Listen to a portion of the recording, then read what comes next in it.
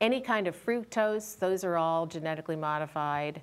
In fact, a lot of the big thing we're reading right now in the newspapers and hearing it on the news is they're worrying about all these Halloween candies that the kids are eating for Halloween and wondering, well, oh my gosh, is a Mars, or whatever somebody's We just don't know. There's no way that we'd know because we're not being given the opportunity to choose one over the other. I mean, so if you go into the supermarket, you know that 80% of what's in that supermarket is genetically modified, so but you what's don't know wrong what. with that? Like, what's wrong with that? Like, are there any?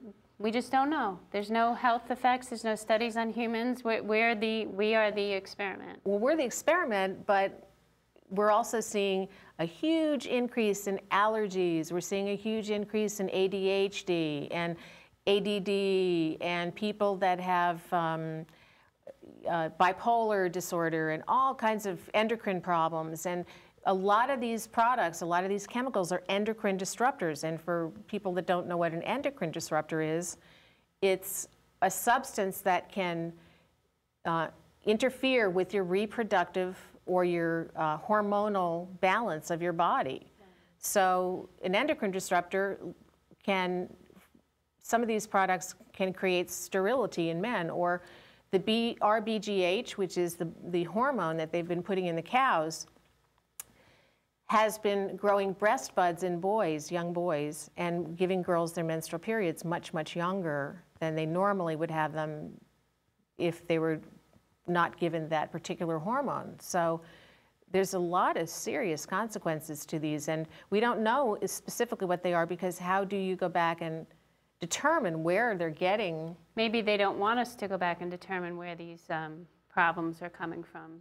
No, they don't. And then also, if we look at our healthcare problems, if we actually knew that our food was causing problems like this, we could eliminate the problem of the genetically modified foods from our food system, and therefore have healthier foods so that we would have healthier populace of people in our country and in the world.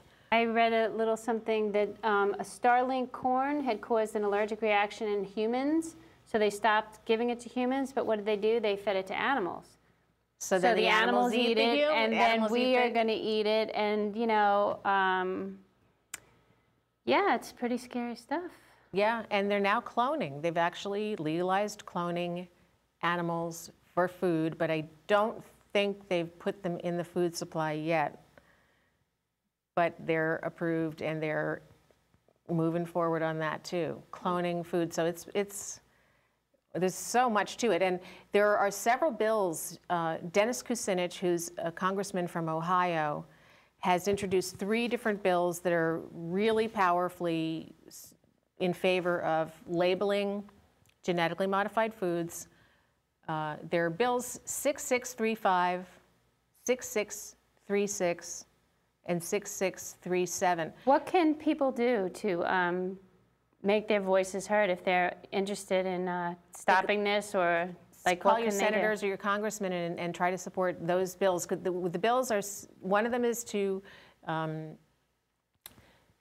make sure there's labeling on genetically modified foods. Another one is to support the farmer rather than the monopoly that's pushing the farmer into all these expensive things that they can't sustain financially, and take, you know, and protect our food supply from that perspective, not from another big thing they're trying to do is to put a computer chip into every animal in the United States, and they just approved the early stages of that in Wisconsin. The farm animals? Yes, the farm animals. So chop it up, put it in the chopped meat? That's right, because what if they're not paying attention to how they're handling these animals, because the livestock feedlot animals are so badly treated, and there's such, there's no regulation really that they're doing on them. They have regulations that are very minimal, but they're not really doing that many. They're not doing checks, and they're not reporting, and they're not fining anybody for doing too many things that are so horrible.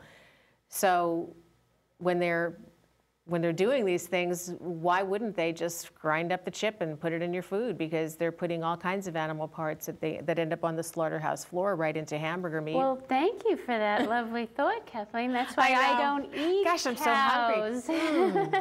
Isn't it about dinner time? Maybe we'll go have a big hamburger. Nice salad for me, hon. I know. It's a lot to think about, and it's why I'm working on it, because I come from a large family. I cooked for my family every night.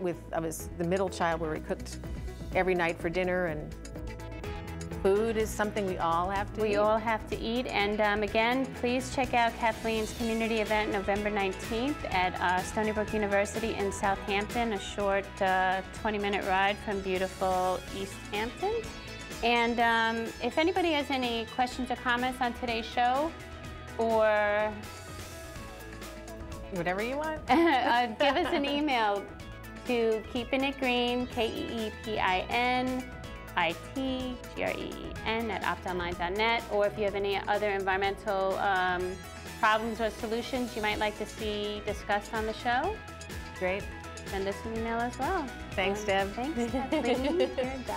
Back at you, baby. Woohoo. So it was fun.